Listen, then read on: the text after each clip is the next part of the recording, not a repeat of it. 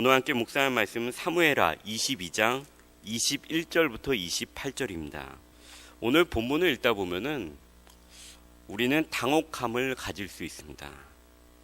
다윗도 한 인간으로서 죄를 지을 수밖에 없고 실제로 죄를 지었는데 오늘 그의 고백 중에 내가 또 그의 앞에서 완전하여 스스로 지켜 죄악을 피하였나이다 라고 자신이 하나님 앞에서 완전하였다라고 고백하고 있습니다. 저도 이 부분을 읽으면서 좀 마음속에 상당히 좀 이해할 수 없음이 가득하였습니다. 월요일 날에도 이것을 읽으면서 그랬지만 어저께도 오전에 수요 예배를 준비해야 되는데 그 와중에 이것을 읽으면서 제 마음 가운데 도저히 풀리지 않는 의문 같은 것이 있었습니다. 그래서 이 다윗이 너무 뻔뻔한 것 같다라는 생각도 들었습니다. 왜냐하면 우리가 사무엘하를 계속해서 보면서 사무엘하를 보면서 다윗의 죄악을 우리가 뻔히 보았기 때문입니다. 근데 다윗이 지금 하나님 앞에서 감히 하나님 앞에서 자신이 완전하였다라고 고백을 하고 있습니다. 사실 이것은 저만의 고백이 아닙니다. 저만의 어려움이 아닙니다. 어떤 학자는 이 완전하다라는 부분을 나무랄 데 없는으로 바꿔서 해석을 해야 된다라고 이야기하기도 했습니다.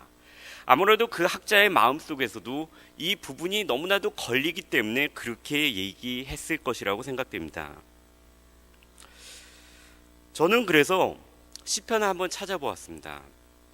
다윗이 밧세바와 범한 다음에 다윗이 시편 가운데 지은 시편이 있습니다.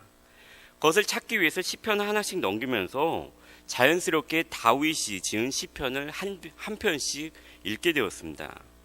그래서 그 와중에서 다윗 시편에서 죄악에 대해서 얼마나 심각하게 바라보고 자신이 하나님 앞에서 얼마나 철저하게 죄인이라는 점을 수없이 고백하는 점을 발견할 수 있었습니다. 밧세바의 간음 이후에 아니면 그 이전에 지은 그의 시편 가운데서도 그가 자신의 죄인됨에 대해서 끊임없이 고백하고 있는 것을 발견할 수 있습니다. 가령 시편 38편과 32편을 보게 되면 나의 죄로 말미암아 내 뼈에 평안함이 없나이다. 내 죄악이 내 머리에 넘쳐서 무거운 짐 같으니 내가 감당할 수 없나이다. 내가 입을 열지 아니할 때 종일 신음함으로 내 뼈가 쇠하였도다. 주의 손이 주야로 나를 누르시오니 내 진액이 빠져서 여러 가뭄의 마름같이 되었나이다. 내가 이르기를 내 허물을 여호와께 자복하리라 하고 내 죄를 아뢰고 내 죄악을 숨기지 아니하였더니 곧 주께서 내 죄악을 사하셨나이다. 다윗이 그의 인생 가운데 그의 죄악 가운데 이렇게 얼마나 심각하게 자신의 죄에 대해서 느꼈는지를 보여주고 있습니다. 그럼 우리가 오늘 본문을 어떻게 이해를 해야 될까요? 먼저 사무엘하 22장에 있는 오늘 본문을 보고 있는 이 사무엘하 22장의 전체의 찬송시는 시편 18편에 있는 시입니다. 사무엘하에 나와 있는 오늘 시가 동일하게 시편에도 실려 있습니다. 사무엘서는 다윗의 일생을 거의 전부 다 다루고 있습니다. 그리고 다윗은 그의 인생 가운데서 많은 시를 남겼습니다. 그런데 이 사무엘서 기자는 수많은 다윗의 시 가운데서 이 시를 특별히 선택하여서 뒷부분에 삽입하였습니다. 그리고 성경은 이 시가 시편에 있음에도 불구하고 이것이 사무엘서에 중복돼서 실리는 것을 허락하였습니다. 그리고 우리가 저번에도 얘기하였지만 사무엘하 21장 이후는 다윗의 인생 가운데 있었던 일들 중에서 시간의 순서에 상관없이 사무엘서를 썼던 기자가 자신의 임의적으로 선택적으로 선택을 하여서 어떤 사건들을 골라서 삽입을 하였던 것입니다. 그리고 우리가 불과 몇 장을 넘어가게 되면 24장에는 다윗이 인구 조사를 통해서 하나님께 죄를 짓는 장면이 나옵니다. 그렇기 때문에 오늘 본문 가운데서 다윗이 하나님 앞에서 완전하였다라는 그의 고백을 사무엘서 기자도 아마 다른 방식으로 이해하였을 것입니다. 그렇기 때문에 저는 오늘 다윗의 고백은 이 사무엘서 내에서 우리가 이해하는 것이 적당하다고 생각됩니다. 즉 다윗이 하나님 앞에서 얼마나 죄를 피하기 위해서 노력하는 삶을 살았는지, 아니면 후대 사람들에게 잠언의 말씀과 같이 하나님께서 보편적으로 사람들의 악한 행위와 선한 행위에 대해서 어떻게 보응하시는지를 알려주려는 마음으로 다윗이 이 시를 썼다는 것입니다. 우리는 사무엘서에 있는 다윗의 인생 가운데서 그가 올라가고 내려가는 인생 가운데서 하나님께서 어떻게 그를 구원하시고 어떻게 그의 악한 행위에 대해서 갚으셨는지를 보았습니다. 또한 다윗이 그를 쫓는 사울에게 사울을 죽임으로써 죄를 범하지 않기 위해서 노력하는 모습을 우리가 사무엘서를 통해서 보았습니다. 그리고 그 모든 다윗의 인생 가운데 있었던 일들을 오늘 시편을 보면서, 오늘 이 다윗의 시를 비교하면서 우리가 좀 더 우리의 마음 가운데 와닿게 알 수 있습니다. 다윗은 먼저 21절부터 25절에서 자신의 행위의 깨끗함을 따라 갚으시는 하나님에 대해서 찬송합니다. 여호와께서 내 공의를 따라 상 주시며 내 손의 깨끗함을 따라 갚으셨으니 이는 내가 여호와의 도를 지키고 악을 행함으로 내 하나님을 떠나지 아니하였으며. 그의 깨끗함을 따라 상 주시고 그의 깨끗함을 따라 갚으셨다고 얘기합니다. 또한 그가 하나님의 도를 지키기 위해서 노력하고 악을 행하지 않으므로 하나님을 떠나지 않기 위해서 노력하였다고 이야기하고 있습니다. 실제로 다윗의 인생뿐만이 아니라 우리의 인생 가운데서도 하나님은 우리의 선한 행위대로 갚으시고 우리가 여호와의 도를 지키고 악에서 멀어지기 위해서 노력하는 삶에 따라서 선하시게 갚으신다는 것 모두 다 동의하실 것입니다. 그러나 우리는 동시에 성경의 많은 부분에서 악인이 잘 되는 것을 부러워하지 말고 악인이 평안히 죽음을 맞이하는 것에 대해서 이상하게 생각하지 말라고 가르치는 것을 볼 수 있습니다. 이것은 우리가 반대로 생각을 하게 되면은 악인이 인생 가운데서 잘 되고 악인이 또한 평안히 죽음을 맞는 것이 많이 있다는 것입니다. 우리의 삶이 만약에 지구에서 숨이 붙어있는 순간이 모두 다라고 한다면은 오늘 우리는 다윗의 찬송시에 대해서 절대로 동의할 수 없을 것입니다. 그러나 우리의 인생은 눈에 보이는 것이 전부가 아니라는 것이 성경이 우리에게 반복적으로 계속해서 가르쳐주고 있는 것입니다. 몇 년 전에 병원에서 원목으로 사역하신 호소은 목사님께서 저희 교회에서 말씀을 전하신 적이 있습니다. 그리고 실버대학 때도 오셔서 말씀을 전하셨는데요. 그때 죽음에 대해서 우리가 어떻게 바라보아야 하는가에 대해서 말씀을 전하시면서 한 표를 슬라이드로 보여주셨습니다. 맨 밑에 슬라이드의 표의 맨 밑에 가장 작은 사각형이 우리가 사는 길어야 100년뿐인 인생이며 그 이후에 끝없이 넓혀질 수 있는 표가 죽음 이후의 삶이라는 것입니다. 하나님의 공의의 심판 역시 이렇게 보아야 합니다. 지금 악인이 잘 되고 잘 되는 것을 넘어서 그의 자손들이 대대손손 잘 되고 또한 죽을 때도 평안히 죽는 것을 보고 하나님은 정말로 계시는가? 하나님의 정의와 공의는 정말로 이 세상 가운데 실현되는가라고 우리가 생각할 수 있습니다. 실제로 세계에 많은 부정과 학살이 존재하는 국가에 사는 수많은 사람들이 이 질문을 매일같이 그들의 삶 가운데 하고 있습니다. 정말로 신은 존재하는가?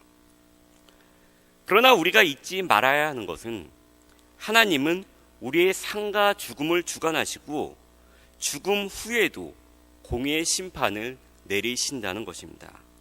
즉 눈앞에 보이는 심판이 전부가 아니라는 것입니다.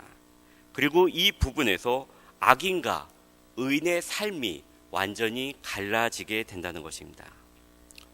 시편의 여러 편의 시를 남긴 아삽이라고 하는 사람이 있습니다. 그의 삶 가운데서도 이것에 대한 동일한 고민이 있었습니다. 세상에 보이는 불공평함에 대해서 그의 마음 가운데 고민이 있었습니다. 그래서 그가 이렇게 고백합니다. 하나님이 참으로 이스라엘 중 마음이 정결한 자에게 선을 행하시나 나는 거의 넘어질 뻔하였고 나의 걸음이 미끄러질 뻔하였으니 이는 내가 악인의 형통함을 보고 오만한 자를 질투하였음이로다.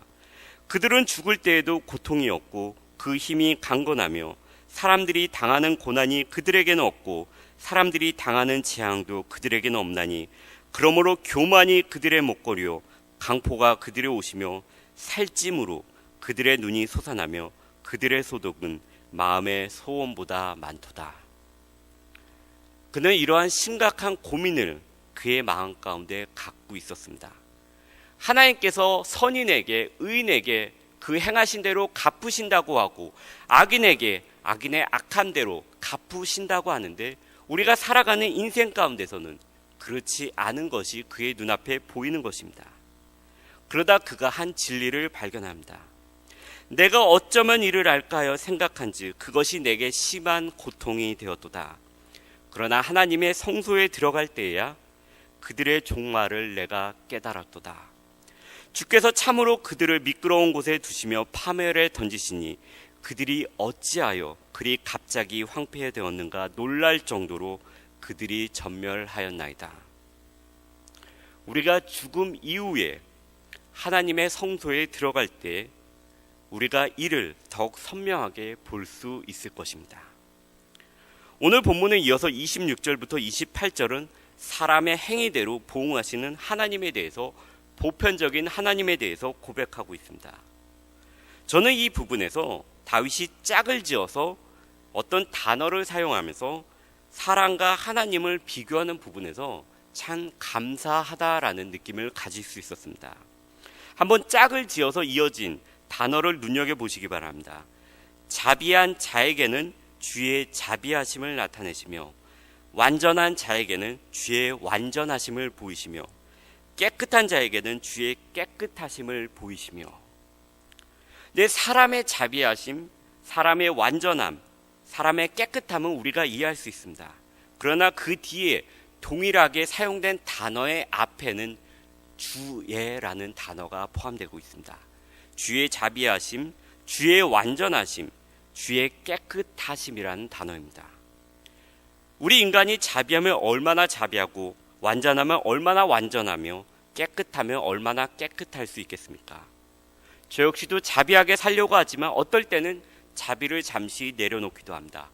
완전하게 살아가고 싶기도 하지만 실수하고 놓치는 부분이 있다는 거 늘 발견합니다. 깨끗하게 살아가려고 하지만 어떨 때는 조용히 눈을 감고 침묵할 때도 있습니다. 그러나 우리의 부족한 자비와 완전함과 깨끗함에도 불구하고 하나님은 그분의 완전한 자비와 그분의 깨끗함과 그분의 선하심을 우리에게 보여주신다는 것입니다. 이것이 바로 은혜입니다. 내가 받을 수 있는 것은 1달러를 내었으면 1달러 어치를 살 수 있는 것이고 5달러를 내었으면 5달러 어치를 내가 살 수 있는 것이 정당한 거래라면 5달러를 내었지만 1달러를 내었지만 그 이상으로 내가 받을 수 있는 것을 넘어서 주시는 것이 바로 하나님의 은혜입니다. 다윗은 지금 그의 인생 가운데서 경험한 이 하나님의 은혜를 우리에게 고백하고 있는 것입니다. 우리 역시 동일한 경험을 하면서 살아갑니다. 우리의 삶에서 선을 사모하며 악에게서 발을 돌리려고 주의하며 우리가 받을 분량을 넘어 은혜를 주시는 하나님을 생각하며 우리가 살아갑니다. 또한 만약에 우리의 인생 가운데 공고함이 있고 교만한 자가 나를 압제하는 상황 가운데 있다면 오늘 28절의 말씀을 기억하시기를 권면합니다. 오늘 28절의 말씀은 공고한 자를 구원하시며 교만한 자를 낮추시는 하나님에 대해서 말씀하고 있습니다. 우리의 인생 가운데서 눈앞에 보이는 현실이 어쩌면 성경에서 말하는 것과 같이 딱 들어맞지 않을 수 있습니다. 그러나 아삽의 고백과 같이 우리가 성소에 들어갈 때 그것을 분명히 발견할 수 있을 것입니다. 또한 우리가 공고한 인생 가운데 있다면, 교만한 인생 가운데 있다면 공고한 자를 구원하시고 교만한 자를 결국엔 낮추시는 하나님을 바라보며 오늘도 힘을 내서 살아갈 수 있는 저와 우리 모두가 되었으면 좋겠습니다.